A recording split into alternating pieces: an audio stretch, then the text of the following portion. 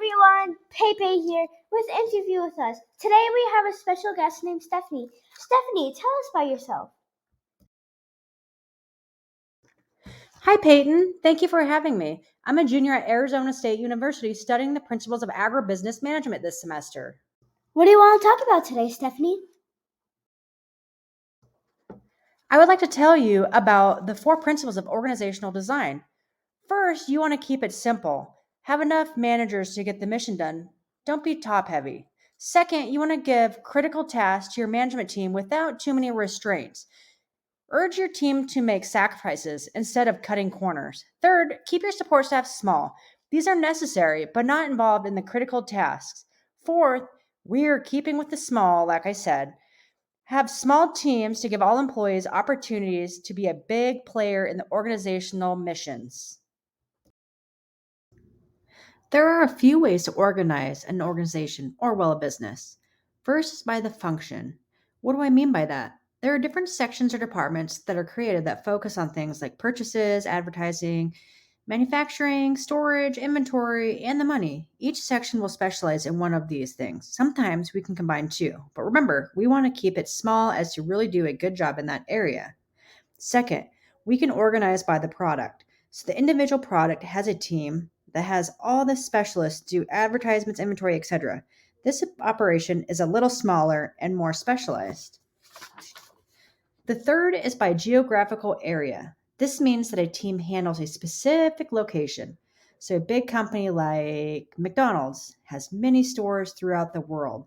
Each state has a bunch, and so does each city.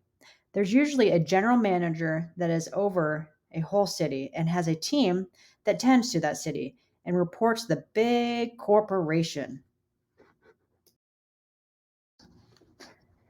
When building the organizational structure, you have to decide if it will be a centralized decision making system or a decentralized decision making system.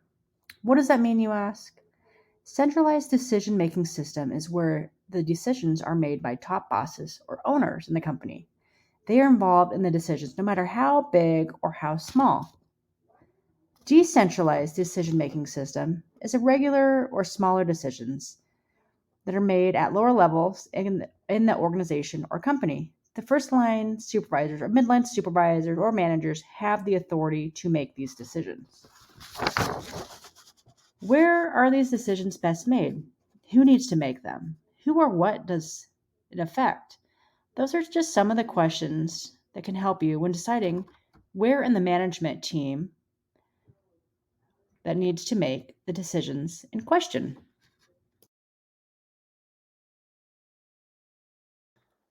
Wow, thank you for sharing all that with us, Stephanie. Thank you for having me, Peyton. Remember, to have a strong backbone in an organization, you want all the elements to be involved. You want to keep them small. Let your managers manage. Let your workers take ownership of the tasks that they have. You want to keep it simple.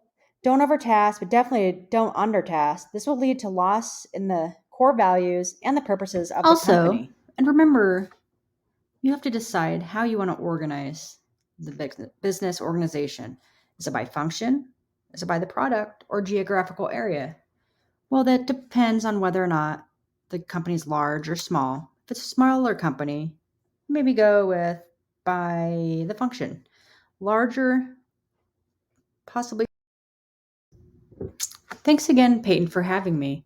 We talked a lot about the inner workings of organization, structure, and the management and the production side.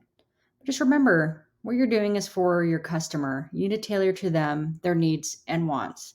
Once you get that down, I think you'll have a great company.